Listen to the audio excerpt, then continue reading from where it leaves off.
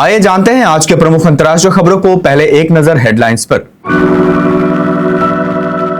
मुझे थोड़ा समय दीजिए, विजय का पहला भाषण और पीएम मोदी ने कांग्रेस को बताया परजीवी।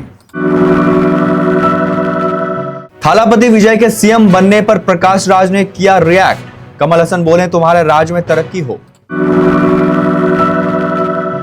माखनलाल सरकार ने प्रधानमंत्री नरेंद्र मोदी को लेकर क्या कहा।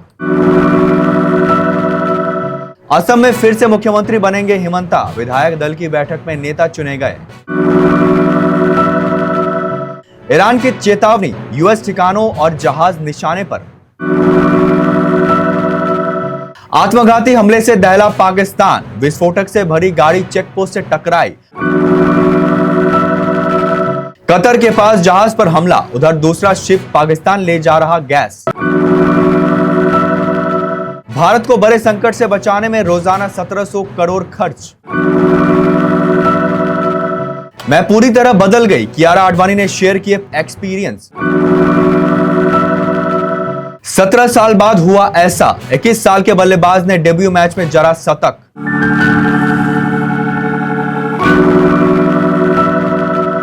अभिनेता से नेता बने सी जोसेफ विजय ने तमिलनाडु के मुख्यमंत्री के रूप में शपथ ली है।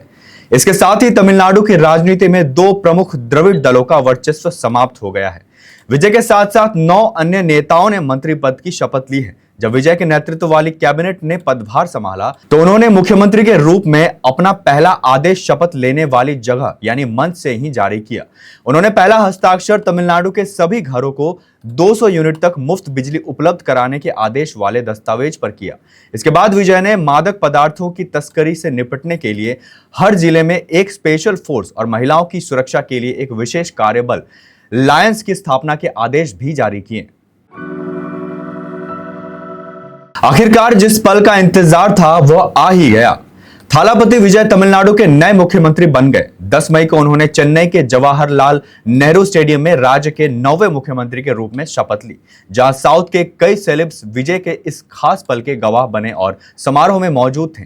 वहीं कमल हसन, AR मुरुगदास और प्रकाश राज समेत कई सेलेब्स ने उन्हें सोशल मीडिया पर बधाई दी है। प्रकाश राज और कमल हसन ने खुशी जताते हुए कहा कि विजय के राज्य में तमिलनाडु की तरक्की हो। वही कई समर्थक विजय के सीएम बनने पर फूट फूट कर रो पड़े। उत्तर प्रदेश में बीजेपी के नेतृत्व वाली योगी सरकार के मंत्रिमंडल का रविवार को विस्तार किया गया।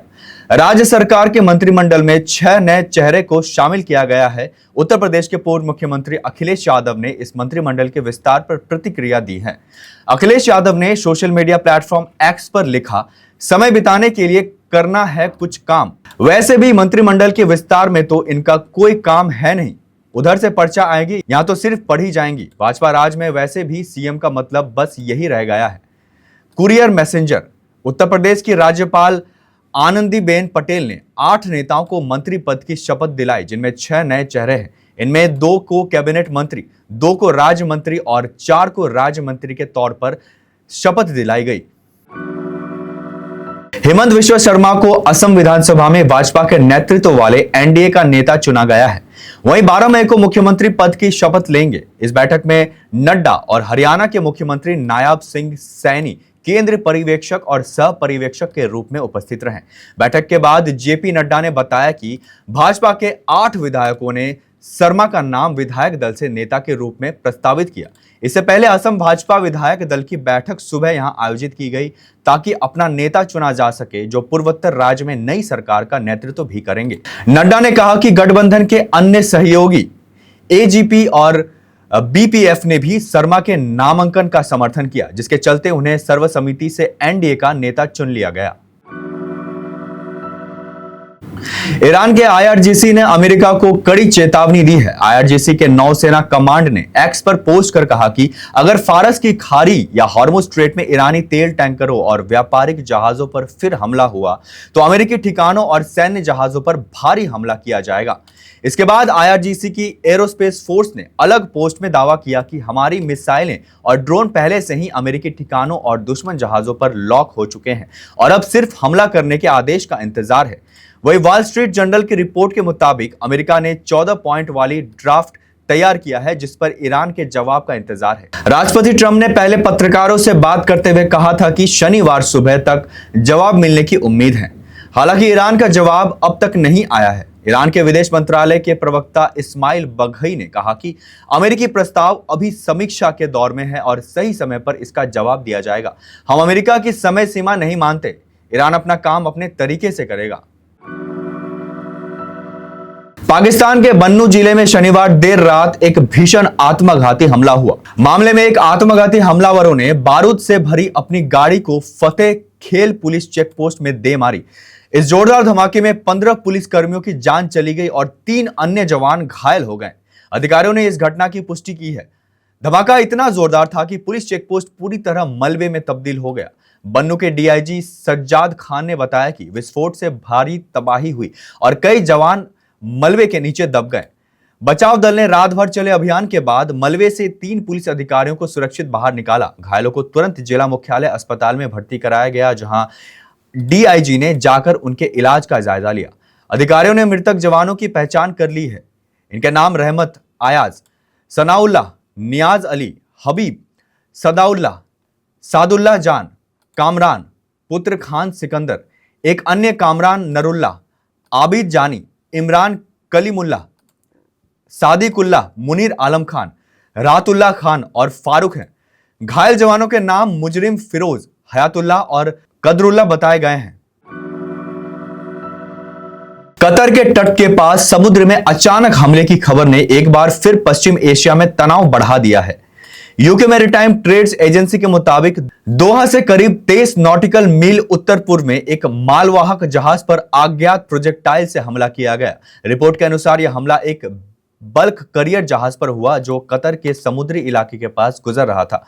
United kingdom maritime trade operation centre ने बताया कि जहाज से टकराने के बाद उसमें आग लग गई। हालांकि आग ज्यादा बड़ी नहीं थी और उसे तुरंत काबू में कर लिया गया।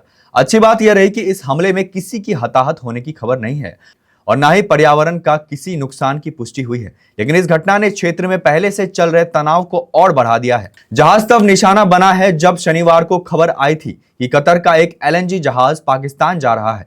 वही हॉर्मुज पार करने वाले हैं। रिपोर्ट के मुताबिक ईरान की ओर से उस जहाज को मंजूरी भी मिली हुई है।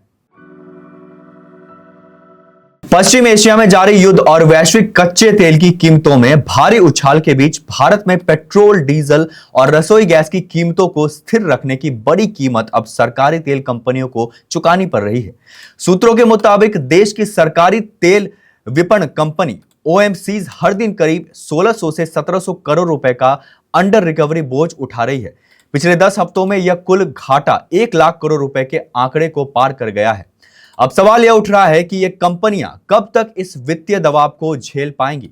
अंडर रिकवरी का मतलब है वो अंतर जो तेल कंपनियों की लागत और ग्राहकों को बेचे जाने वाले भाव के बीच होता है।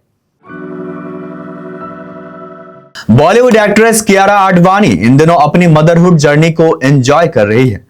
आज कियारा का अपनी बेटी के साथ पहला मदर्स डे है। उन्होंने पिछले साल की 15 जुलाई को बेटी सराया का वेलकम किया था। मदर्स डे पर कियारा काफी ज्यादा चर्चे में बनी हुई है, जिसका कारण है उनका अपने पोस्टपार्टम यानी बच्चे के जन्म के बाद के समय पर खुलकर बात करना। बता दें कि हाल ही में कियारा राज शमानी के पॉडकास्ट में पहुंची थी, जहां उन्होंने बताया कि मां बनने के बाद एक महिला की जिंदगी कैसे पूरी तरह बदल जाती है। यह बदलाव सिर्फ उनके शारीरिक ही नहीं बल्कि इमोशनल और सोच में भी काफी देखने को मिलती है। पाकिस्तान क्रिकेट में जब भी संकट मोचक बल्लेबाज की बात होती है तो जहन में जावेद मियांदाद या यूनिस खान जैसे नाम आते हैं।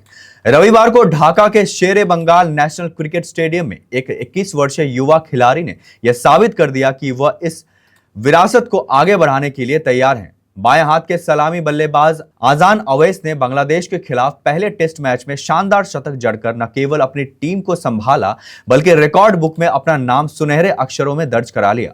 आजान अवैस ने वह कर दिखाया जो पिछले 17 सालों में कोई भी पाकिस्तानी बल्लेबाज नहीं कर सका था। वह 2009 के बाद विदेशी धरती पर अपने पदार्पण मैच में शतक बनाने वाले पहले पाकिस्तानी बल्लेबाज बन गए। उनसे पहले यह उपलब्धि 2009 में फवाद आलम और उमर अकमल ने हासिल की थी। आजान अब पाकिस्तान के उन चुनिंदा 14 खिलाड़ियों के क्लब में शामिल हो गए हैं जिन्होंने अपने पहले ही टेस्ट में सैकड़ा जड़ा है।